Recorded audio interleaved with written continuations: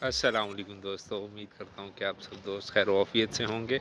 आप सब दोस्तों को एक दफ़ा फिर से आपके अपने चैनल इन्फैट कदर पर खुशामदीद। दोस्तों, आज हम ज़रा इवनिंग में बाहर आए हुए थे, जिम जा रहे थे, तो साथ में मेरा एक दूसरा फ्रेंड भी है मेरे साथ।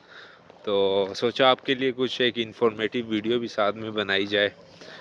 तो दोस्तों, जैसा कि मैं 2023 में आपके लिए एक वीडियो बनाई थी कतर के हालात पर, तो इसी तरह उसी रिलेटेड मैं आपको एक दफ़ा फिर से अपडेट देना चाहता हूँ।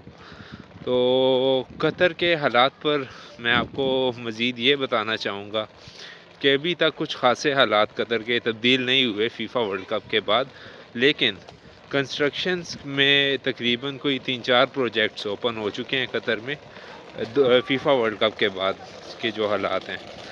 और दूसरा ये है कि साथ में कतर टू बहरीन एक ब्रिज बनाया जा रहा है, जिस पर कंस्ट्रक्शन का काम स्टार्ट कर दिया गया है। बस ये 4 प्रोजेक्ट्स कंस्ट्रक्शन के और एक ये ब्रिज का प्रोजेक्ट ये अभी तक स्टार्ट हुआ है और मज़ीद कोई ख़ासी तब्दीली अभी तक नहीं है।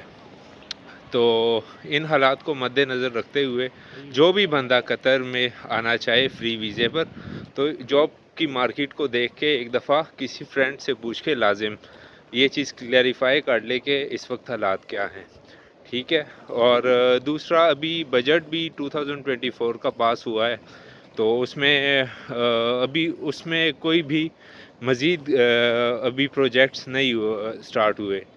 तो जैसे ही उसमें कोई प्रोजेक्ट्स ओपन होंगे उस बजट को लेकर, तो फिर मैं आपको अपडेट मज़ीद करूँगा।